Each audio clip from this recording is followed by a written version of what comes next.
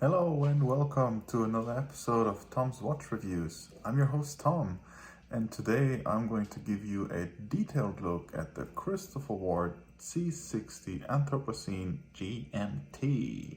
Let's go. And here we are at the review table. Now, this is my second video about this watch.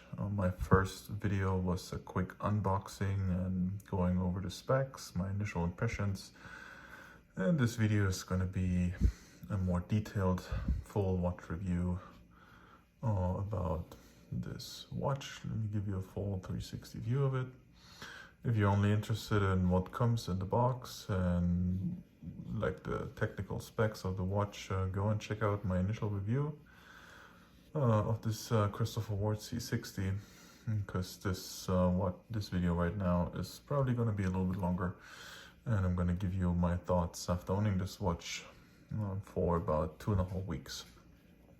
I've worn it quite a lot of days in this past 2 weeks. I've worn it back to back with other watches, and I think I can give you a more detailed review about what I think about this watch.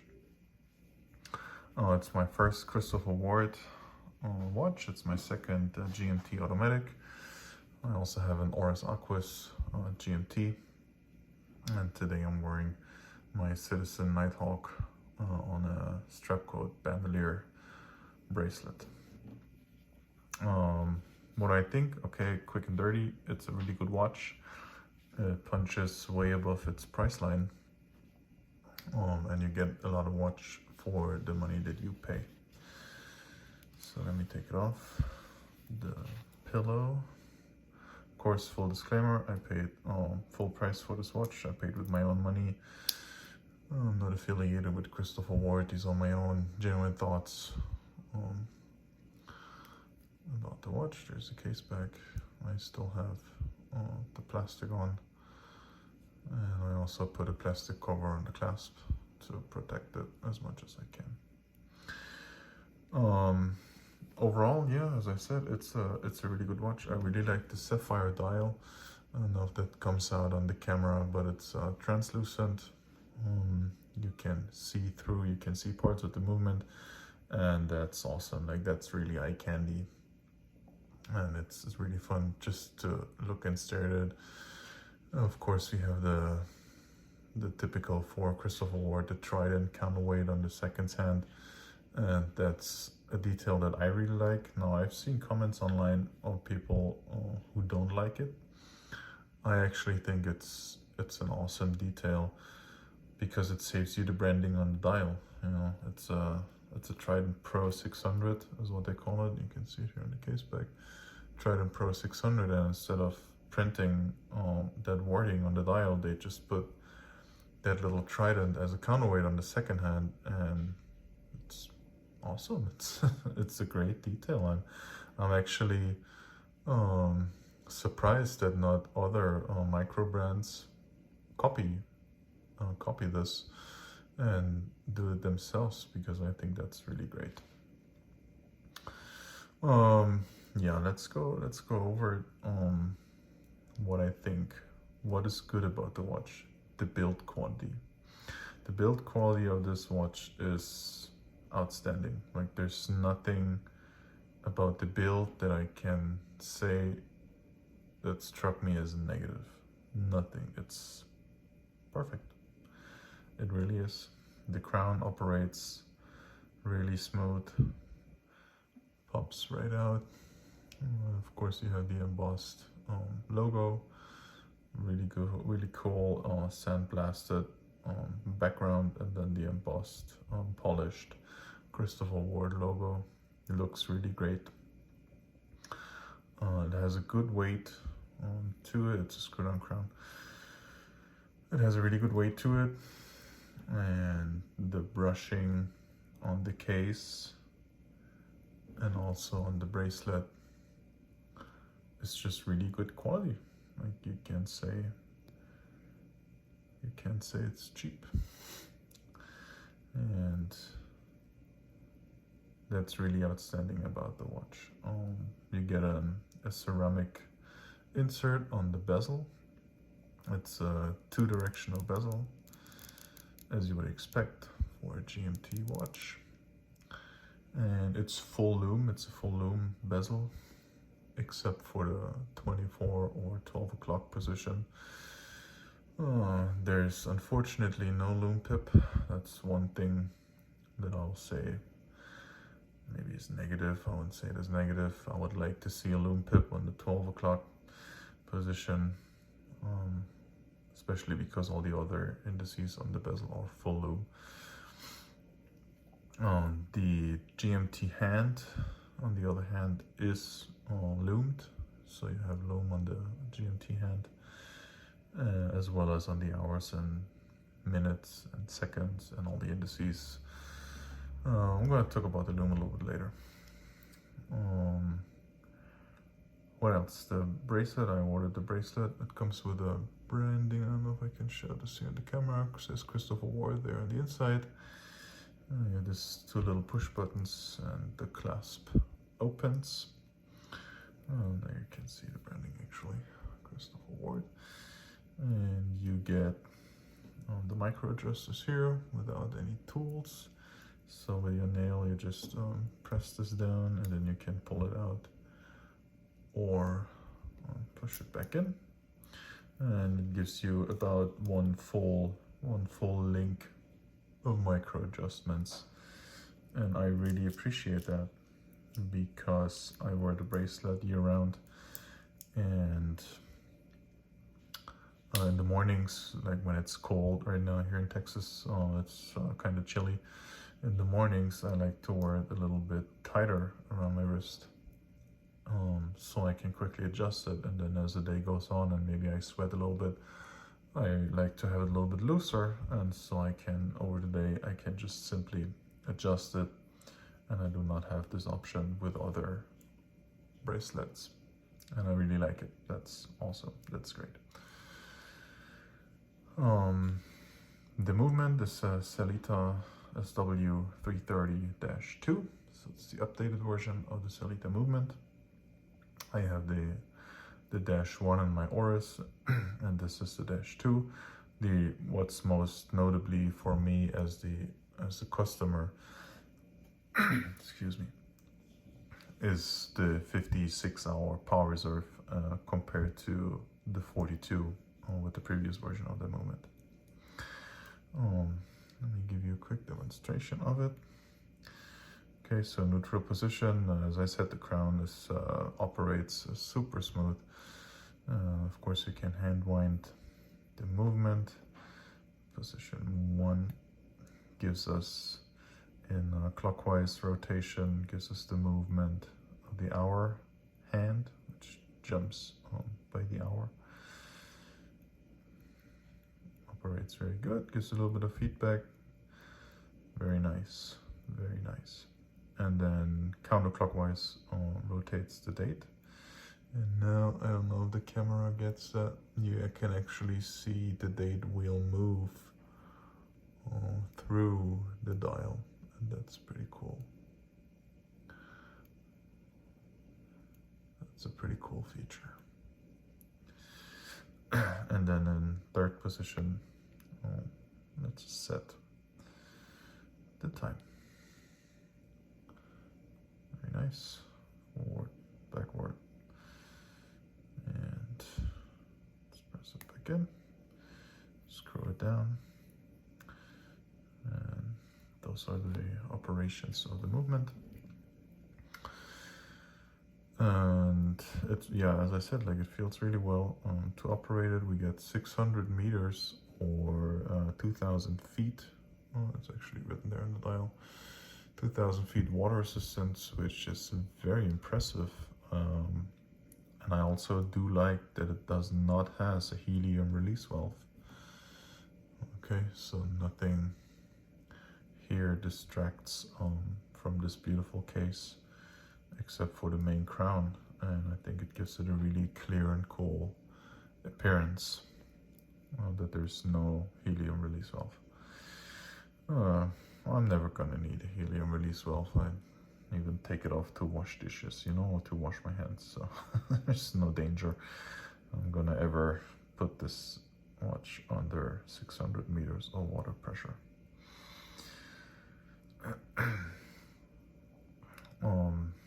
Yeah, let's talk a little bit more about the dial. It's, as I said, translucent. Other than that, it's white. I like it a lot better than a plain white dial. And what I think they could have done a few things better. As I said, like build-wise, I cannot say anything negative about this watch, but there are a few design decisions that I think they could have done better, or that I would have liked to see. Well, maybe other people will disagree with me, but that's my review and those are my thoughts. And the white translucent dial, I don't know if you've seen the Seiko watch that has a little penguin footsteps, footprints on the dial. And since we have this great translucent dial, I do not understand why they didn't play with that feature just a little bit more. For example, okay, Seiko took the penguin footprints, so why not put some ice bear footprints from underneath the dial? Something a little bit more eye candy, you know, something that your eye can explore. And since the dial is designed to recreate polar ice, I mean, what would fit better than put a footprint of an ice bear underneath the dial so that it shines through? You know, they have this wonderful sapphire dial, and with their Tide release that they just had, the C60 Tide, they actually played with it a little bit more, and I wish they would have done this here too, just a little bit more. And on the C60 MK2, it has the Christopher Ward wording at the 9 o'clock position, and what I think they could have done is use this logo and put it underneath the dial so it shines through. That would be a really cool feature too. That's something that I don't understand why they didn't, you know, just play with this a little bit more.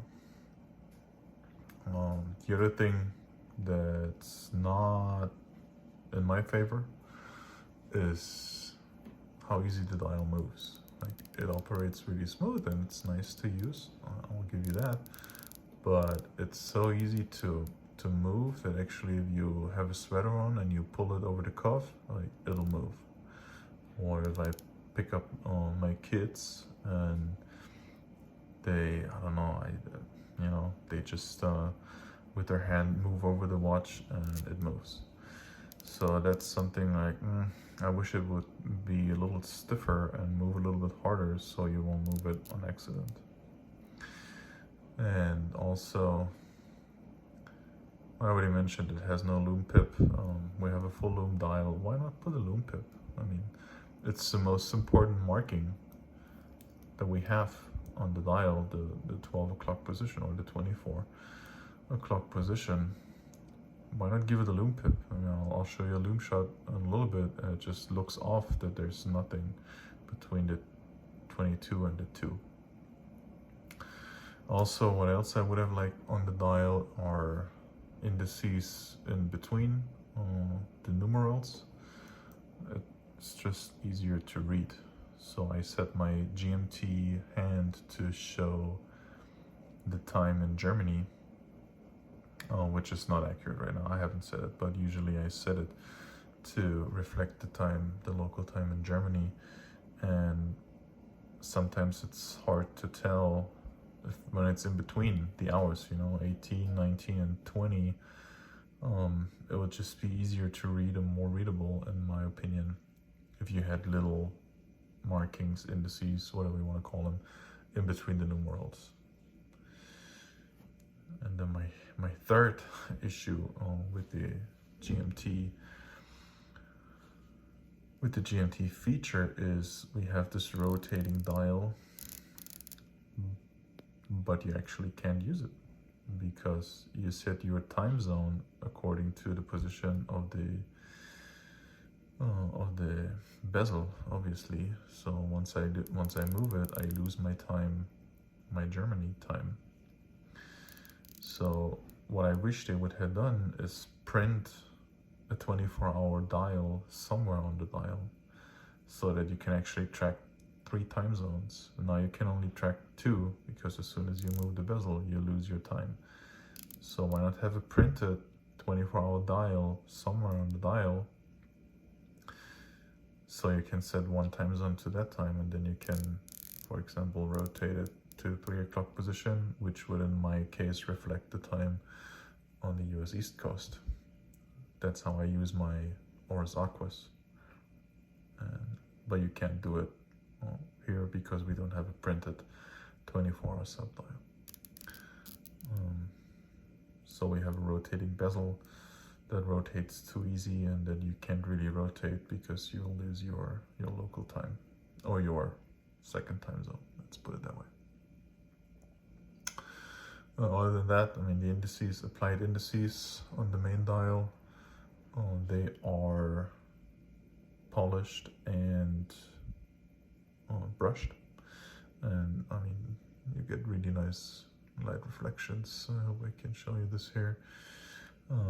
Hours and minute hands are polished with brushed accents also, and just the finishing is, I mean, it's outstanding. You know, there's, even if you go really close, there's no imperfection on this watch, like 0. I mean, you really have to get out a magnifier or a microscope to find something that's off, but it's just a great watch, great finish, great build quality.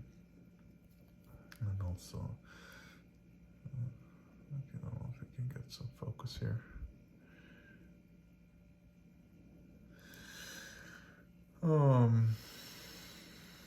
What else?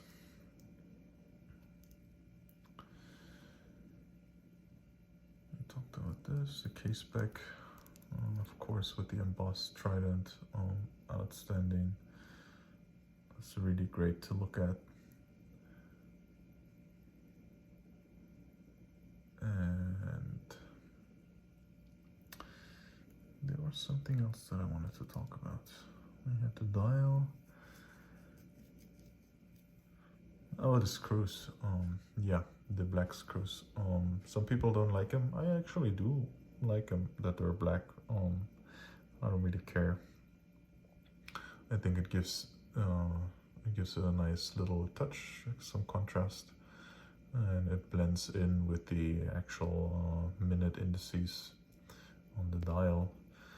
So I don't think they should have used white screws. I'm fine with the black ones, but what they could have done is align them so they'll actually be horizontal. Now I know the screws hold down the sapphire dial to the watch, so they actually have a function and they're not purely decorative. But I think it will be, you know, a nice detail, nice attention to detail if they would actually align the screws so they will be horizontal. It's not a deal breaker, like nothing of the points that I mentioned are really negative. It's just some design features that stand out for me that I would have done different or tried to have done it different. You know, yeah, I might have a different opinion about it. That's totally fine. Those are just my thoughts.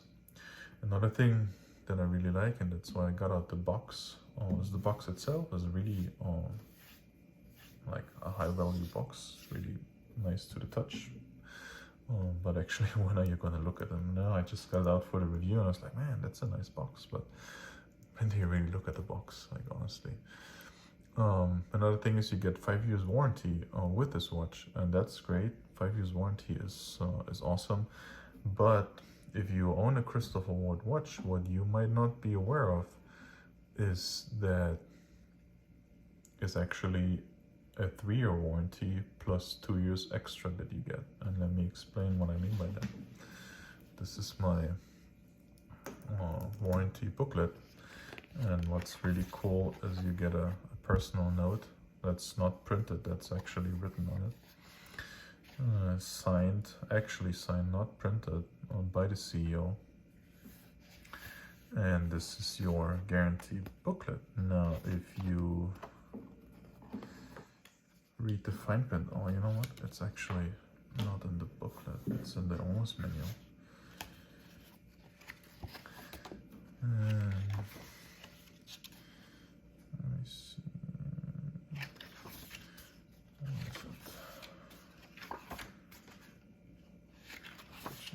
Okay. Keep in touch. There. Okay, so 60/60 guarantee, right? Okay, 60 days of purchase, you can give it back for full refund, and then 60-month movement guarantee. But here it says that they want you to service the watch in 3 to 4 years interval in order to keep your 60-month guarantee. Okay, so you have to send it in after 3 to 4 years to a Christopher Ward service center to have the watch serviced, and then you'll have warranty until 60 months. And here it says, if you have not had your watch serviced at the recommended interval, we will not cover the cost of repair on the warranty. Okay, so that's important. It's not a 60-month warranty, in my opinion. In my opinion, it's a 3 to 4 year warranty, and you get an extra 1 or 2 years if you send it in for service. So if you own a Christopher Ward watch, just be aware that the 60-month warranty is not a 60-month warranty, but it's a 3 or 4 year warranty, because that's like the interval that they give you, and then you get an extra year or 2 depending on when you send it after you have it serviced. So that's an important thing to notice, or to point out that I wanted to make you aware of in this review. Let's put it on a scale. I have the scale right here. Let's see, it's set to grams, and let's see, oops, sorry, that was off camera. Comes in at 185. And for reference purposes, I have my Citizen Nighthawk here. Let's put that on 168. The Nighthawk does not have the original bracelet, has an aftermarket strap code bracelet, but quartz watch with bracelet 167, and automatic watch with OEM bracelet 185. So not that much of a difference. Of course, it's going to be a lot less if you opt for the tight strap. They look pretty nice too. I'm more of a bracelet person, so I opted for the bracelet. Okay, let me give you guys a Loom Shot, and then we're going to wrap this review up. I'm going to charge the Loom with my little LED flashlight that I have here, and then I'm going to turn off the light, and I'm going to do this, going to do the Loom Shot. Okay, there we go. Just charging it to its full extent. The Loom is good, like I can tell you that already. The Loom is pretty good, but I have other watches with better Loom. It's not disappointing, but it's not outstanding either. It's good, it's solid, good Loom, but not outstanding. Alrighty, that should take care of it. Okay, you can see it glow a little bit already. Just a little bit from the downside. Okay, I'm gonna turn off the light.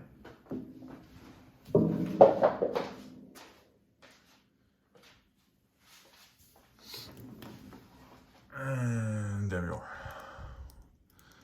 Pretty good Loom. It looks very solid, but it's not like, dang, I can't sit on my chair anymore Loom.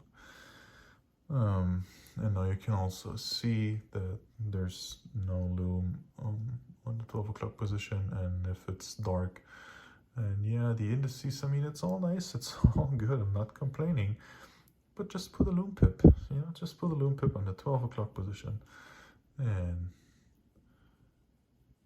be outstanding. Okay, the day loom is okay.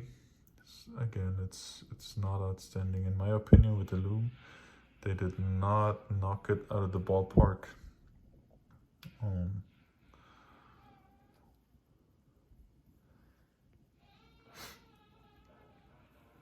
Okay, the baby starts crying, guys. I'll be right back. Okay, baby, calm down. And it starts fading fairly quick. Now my flashlight is not a UV flashlight. Okay, it's a cheap Harbor Freight LED shop light, but again, the lume on my Oris is way better. And also I have an ocean crawler, and that thing is like a lume blaster. And again, it has really nice lume. It's nice to look at. There's nothing wrong with the lume. It's just not out of the ballpark, you know. Okay, let me turn back the light on. Let me turn the light back on.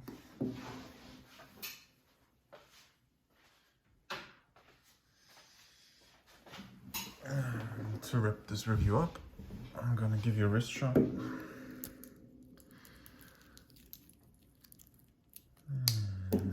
I have a 7 3/4 inch wrist. It's very nice. There it is. Okay, as I said, like you just take it off. Micro adjusters. Boop, expanded it all the way out. And I have a good finger space. And if I put it to the smallest setting, which is easily done, and I'm pretty tight right there. I think it sits very nice on the wrist. Let me try to give you a shot from this angle. And yeah, 42 millimeters is the smallest I will go on my wrist. Oh, I'm pretty glad they did that, not smaller. I know like currently all the manufacturers trying to go smaller with their watches. I like my watches to have a good footprint on my wrist, and I think the CW does fit that bill. I like to wear it. It's a great watch, good watch for the money. Definitely, if you can get your hands on a used one, even better. But they're just super solid watches. Okay guys, if you have any other questions, something that I didn't touch on, let me know in the comments. I read all the comments and I'm sure I'll get back to you. Otherwise, this is gonna be it. Thank you very much for watching this episode of Tom's Watch Reviews, and I hope I'll see you next time.